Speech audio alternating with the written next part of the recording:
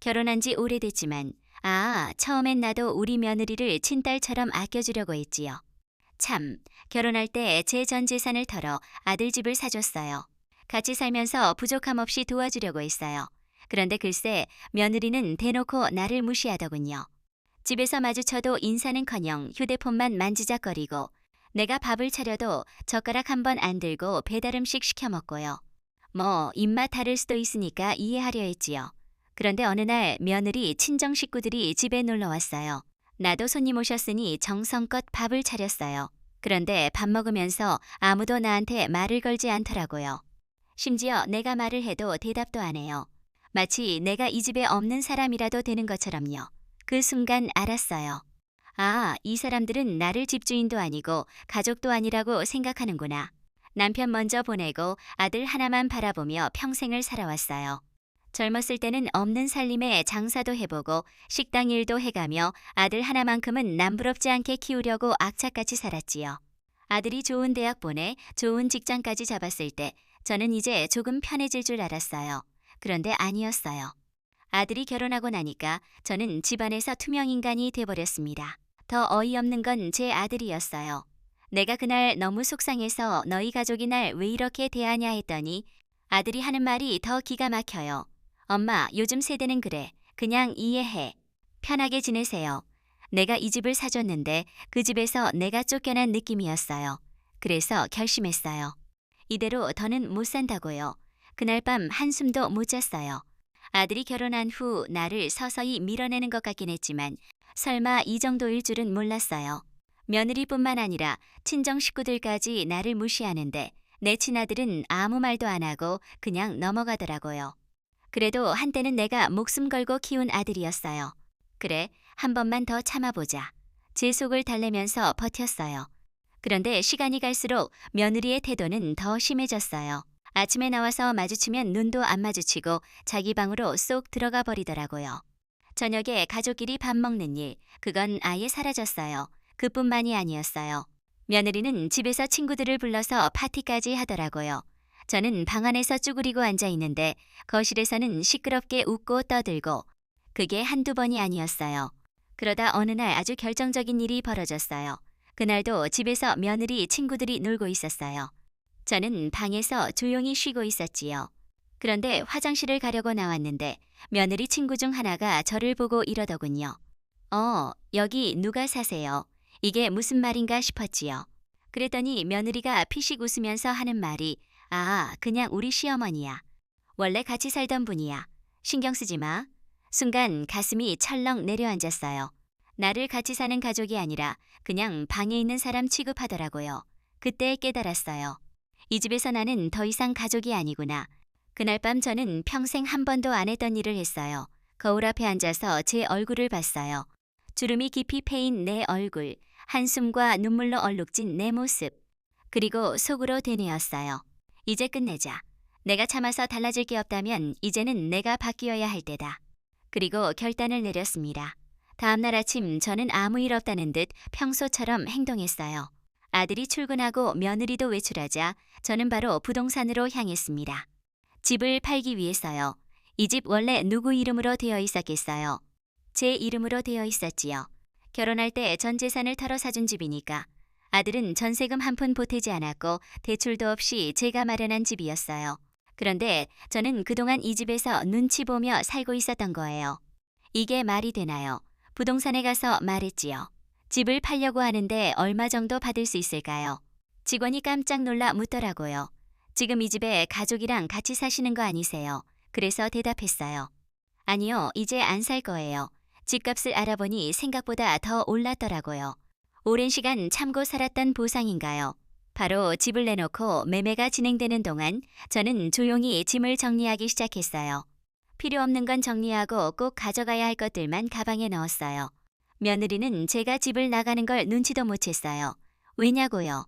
평소에도 제게 관심이 없었으니까요. 그러다 드디어 집이 팔렸습니다. 그날 밤 저는 아들에게 마지막으로 말을 걸었어요. 아들아, 아들이 핸드폰을 보면서 대충 대답하더군요. 응, 왜? 저는 차분하게 말했어요. 이제 이 집 내 거 아니다. 팔았다. 그 순간 아들의 얼굴이 하얘졌어요. 뭐? 엄마 지금 무슨 소리 하는 거야? 며느리도 난리가 났어요. 이 집이요, 우리 집이잖아. 그때 제가 했던 말을 며느리는 평생 잊지 못할 거예요. 내 집. 아니, 내 집이었어. 난 이제 떠난다. 그제야 아들과 며느리는 난리가 났습니다. 하지만 이미 계약은 끝났고 돈도 제 통장으로 들어왔어요. 이제 와서 아무리 울고불고 해도 소용없었지요. 아들은 당황해서 제 손을 붙잡았어요. 엄마, 우리 어떻게 살아? 우리 애는, 우리 대출도 있는데 그제야 알겠더군요. 이제야 비로소 자기들이 얼마나 편하게 살았는지 깨달은 거지요. 하지만 저는 이미 마음을 굳혔어요. 너희가 나를 가족 취급 안 했잖니. 그럼 나도 너희를 책임질 이유가 없지. 그리고 저는 짐을 들고 그 집을 나왔습니다. 집을 나서는 순간 한 번도 느껴보지 못한 자유가 찾아왔어요. 가슴이 뻥 뚫리는 기분이랄까요? 그동안 그 집에서 눈치 보며 살았던 지난날이 너무 억울했지만 이제는 후회도 미련도 없었어요. 그럼 저는 어디로 갔을까요? 사실 저는 집을 팔기 전에 새로운 보금자리도 미리 준비해 두었어요. 오래된 아파트였지만 제 이름으로 된 작은 전셋집을 하나 구해놨지요. 이제 더 이상 누구 눈치도 안 보고 내 집처럼 편하게 살 수 있는 곳이요. 짐을 풀고 앉으니 그제야 실감이 나더라고요.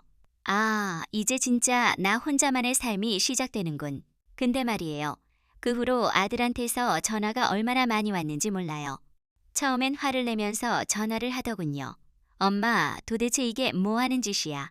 어디 있어? 당장 돌아와. 그러더니 며칠 지나니까 태도가 바뀌었어요. 이번엔 애원하더라. 엄마, 우리가 잘못했어. 미안해. 제발 다시 돌아와. 우리 애도 있잖아. 이제 와서 저런 말을 한다고요. 가 집에 있을 땐 그렇게 무시하더니 며느리는 한 번도 연락하지도 않더라고요. 여전히 저를 사람 취급도 안 하는 거지요. 그 순간 딱 깨달았어요. 아, 얘네들은 내가 없으니까 불편한 거구나.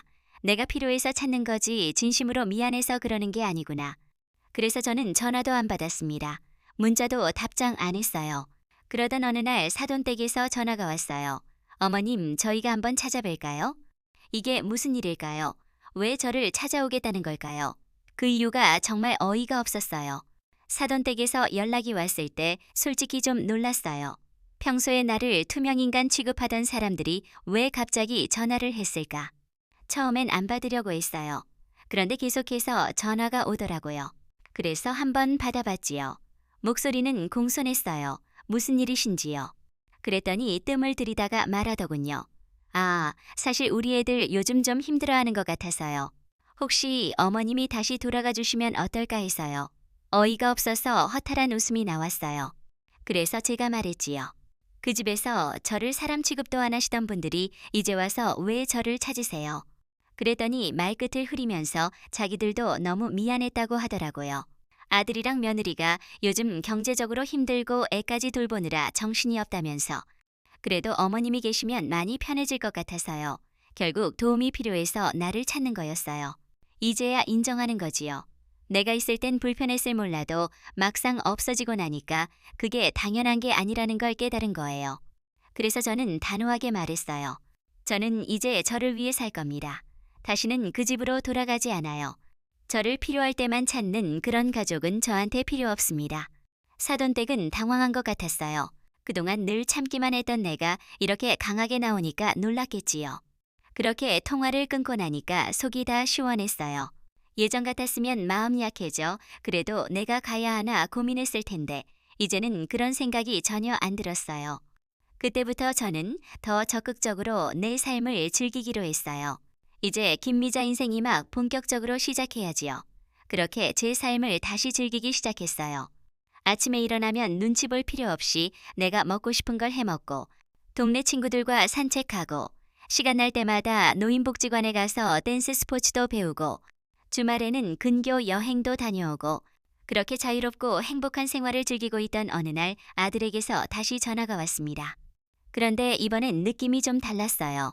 예전처럼 짜증을 내거나 화를 내는 게 아니라 조심스러운 목소리였어요. 엄마, 한번 만나줄 수 있어. 어디서 만나자는 것도 아니고 그냥 한번 만나달라고 하더라고요. 전 사실 고민도 안 했어요. 그냥 단호하게 거절할 생각이었지요. 그런데 갑자기 궁금해졌어요. 이제 와서 왜 그러는 걸까? 그래서 한번 만나보기로 했어요. 그리고 며칠 후 아들과 저는 카페에서 마주 앉았습니다. 아들은 예전보다 훨씬 수척해 보였어요. 이전처럼 당당하거나 무심한 태도가 아니라 어딘가 지쳐 보이더라고요. 그렇게 한참을 머뭇거리던 아들이 입을 열었어요. 엄마, 우리 정말 힘들어. 나 솔직히 말하면 엄마가 있을 때 얼마나 편했는지 이제 알겠어. 이제야 그걸 깨달았다고. 저는 아무 말 없이 아들을 바라봤어요. 그랬더니 아들은 한숨을 쉬면서 말하더군요. 며느리도 요즘 많이 지쳐 있어. 애 키우는 것도 힘들고. 엄마 있을 때는 그냥 당연하게 생각했는데 엄마가 없으니까 집안이 너무 엉망이야. 그 순간 속으로 웃음이 나왔어요. 그래서 제가 말했지요. 너 지금 나한테 다시 돌아와 달라고 하는 거니? 그랬더니 아들이 고개를 푹 숙이면서 말하더군요. 응. 그 순간 제 속에 수많은 생각이 스쳐 지나갔어요. 하지만 제 대답은 이미 정해져 있었어요. 미안하지만 난 이제 내 인생을 찾았어. 너희 집 문제는 너희가 해결해야지. 왜 나를 부르니? 아들은 당황해서 말을 잇지 못했어요. 아마도 제가 이렇게까지 단호할 줄 몰랐겠지요. 그런데 말이에요. 아들의 입에서 더 황당한 말이 나왔어요. 엄마, 그럼 우리랑 같이 살진 않더라도 혹시 집 한 돈 좀 나눠줄 수 있어? 순간 머릿속이 띵했어요. 이 말을 듣는 순간 머릿속이 새하얘졌어요. 뭐라고? 그랬더니 아들은 머뭇거리면서 다시 말하더군요. 엄마도 알잖아. 우리 요즘 힘들어. 대출도 있고 애도 키워야 하고. 엄마가 조금만 도와주면 우리 정말 숨 좀 돌릴 수 있을 것 같아. 이게 진짜 말이 된다고 생각하는 걸까요? 이제 와서야 나를 찾더니 같이 살자는 말도 아니고 집 한 돈을 나눠달라고. 참 어이가 없어서 제가 되물었어요. 내가 그 집 팔고 나올 때 너희 나한테 뭐라고 했어? 아들은 아무 말도 못했어요. 고개를 푹 숙이고 있더라고요. 그래서 제가 다시 말했지요. 그때 너랑 내 마누라는 나한테 한마디라도 붙잡았어. 내가 그 집에서 나올 때 엄마 가지 마세요. 한마디라도 했어. 근데 이제 와서 돈을 나눠달라고. 그제야 아들은 당황한 얼굴로 변하더군요. 뭔가 제대로 잘못됐다는 걸 깨달은 거지요. 엄마, 그냥 우리가 잘못했으니까 한 번만 도와주면 안 돼. 엄마는 돈도 있으니까 괜찮잖아. 이 말을 듣고 저는 정말 확신했어요. 내가 지금까지 뭘 그렇게 바라고 살았나. 이 사람들은 결국 내 마음을 헤아려 주는 게 아니라 나를 돈 주는 사람으로밖에 생각하지 않는구나. 그 순간 이전까지 쌓아온 미련, 정 모든 게 싹 사라졌어요. 그래서 저는 단호하게 말했어요. 미안한데 난 이제 내 돈을 내 인생을 위해 쓸 거야. 너한테 줄 돈은 없어. 아들은 당황해서 말하더군요. 엄마 진짜 너무해. 엄마가 그렇게 나오면 우리 진짜 어려워져. 그럼 나보고 어쩌라고. 그래서 저는 마지막으로 한마디 했어요. 내 가정을 책임지는 건 내 몫이야. 나는 이제 나를 위해 살 거니까. 내 일은 내가 해결해. 그렇게 말하고 저는 자리에서 일어났어요. 뒤에서 아들이 뭐라고 더 말하려는 것 같았지만 이제는 하나도 듣고 싶지 않았어요. 나는 평생을 아들한테 희생하며 살았어요. 하지만 이제는 내 삶을 살아야겠어요. 그렇게 저는 뒤도 돌아보지 않고 카페를 나섰어요. 그날 이후 저는 아들의 연락을 완전히 끊었어요. 전화가 와도 받지 않았고 문자가 와도 읽지 않았어요. 사실 예전 같았으면 그래도 내 자식인데 하면서 마음이 흔들렸을지도 몰라요. 하지만 이제는 아니었어요. 내가 살아온 세월이 아깝더라고요. 나는 평생을 희생하면서 살았는데 결국 아들이 나를 찾는 이유가 돈 때문이라니. 그게 너무도 뼈아프게 느껴졌어요. 그래서 저는 더 단호해지기로 했어요. 그렇게 몇 달이 흘렀어요. 그동안 저는 정말 행복한 삶을 살고 있었어요. 혼자서 떠나는 여행도 점점 익숙해졌고 노인복지관에서 만난 친구들과 같이 배우는 댄스 스포츠도 점점 실력이 늘었어요. 심지어 복지관에서 함께 활동하는 친구들과 동호회도 만들었어요. 다들 제게 그러더군요. 미자 씨, 진짜 얼굴이 환해졌어요. 예전에는 뭔가 기운 없어 보였는데 이제는 완전 다른 사람 같아요. 저도 알아요. 이제야 제 인생을 찾은 기분이니까. 그런데요, 그렇게 저만의 삶을 살아가고 있을 때 갑자기 뜻밖의 연락이 왔어요. 이번엔 아들도 아니고 며느리도 아니었어요. 아들의 집을 새로 산 사람에게서 연락이 온 거예요. 아들의 집을 새로 산 사람에게 연락이 왔을 때 솔직히 조금 놀랐어요. 집을 판 지도 몇 달이 지났는데 새로운 주인이 나를 찾아오다니. 무슨 일인가 싶어서 약속을 잡고 카페에서 만났어요. 그분은 중년 부부였어요. 차분한 인상을 가진 분들이었지요. 그렇게 인사를 나누고 본론으로 들어갔어요. 어머니, 죄송한데 혹시 전에 이 집에 사셨죠? 네, 맞아요. 그랬더니 그분들이 주저하면서 말씀하셨어요. 그게 저희가 집을 사고 나서 계속 어떤 사람이 찾아와서요. 한 젊은 부부인데 처음에는 집을 잘못 찾았나 했는데 자세히 들어보니 어머니 아드님 같아요. 순간 머리가 띵 하더라고요. 설마 아직도 그 집에 가는 거예요. 그분들이 고개를 끄덕이며 말씀하셨어요. 네, 처음엔 저희도 놀랐어요. 어느 날 밤 벨이 울려서 나가보니까 남자가 서 있더라고요. 술 취해서 엄마 문 열어봐 하면서요. 이 말을 듣는 순간 가슴이 싸하게 식어갔어요. 그 사람이 제 아들이었어요. 예전 이름이 김민호 씨 맞죠? 이제야 실감이 났어요. 아들은 아직도 나를 붙잡고 있었던 거예요. 예전처럼 편하게 살다가 내가 떠나고 나니까 현실을 직면한 거겠지요. 처음에는 나를 무시하고 떠나도 아무렇지 않을 거라 생각했을 거예요. 하지만 막상 내가 떠나고 살림이 힘들어지고 현실적인 문제들이 쌓이면서 그제야 나를 찾은 거겠지요. 하지만 난 다시 돌아가지 않아요. 그분들은 조심스럽게 물어보셨어요. 어머니, 저희가 이 일을 어떻게 하면 좋을까요? 저는 잠시 생각하다가 단호하게 말했어요. 그 사람이 또 찾아오면 저한테 연락하지 마세요. 그냥 경찰을 부르든지 실의 이야기 하든지 하세요. 저는 이제 그 집과 아무런 관련이 없습니다. 그 사람도 언젠가는 깨닫겠지요. 이제는 자기 힘으로 살아야 한다는 거요. 그분들은 제 말을 듣고 고개를 끄덕이며 안심하는 눈치였어요. 그렇게 이야기를 마치고 저는 자리를 떴어요. 그날 밤 창밖을 바라보며 생각했어요. 이제는 진짜 끝구나. 그리고 저는 더 이상 뒤를 돌아보지 않기로 했어요. 이제부터는 오직 나를 위한 삶만 살기로. 78세 김미자 인생 이제 본격적으로 시작합니다. 지금 이 순간 내가 제일 행복합니다. 여러분, 우리는 평생 가족을 위해 희생하며 살아갑니다. 하지만 그 희생이 당연한 게 되어서는 안 돼요. 누구나 자신을 위한 삶을 살 권리가 있습니다. 늦었다고 생각할 때가 가장 빠른 때입니다. 이제는 여러분도 자신을 위해 한 걸음 내디뎌 보세요.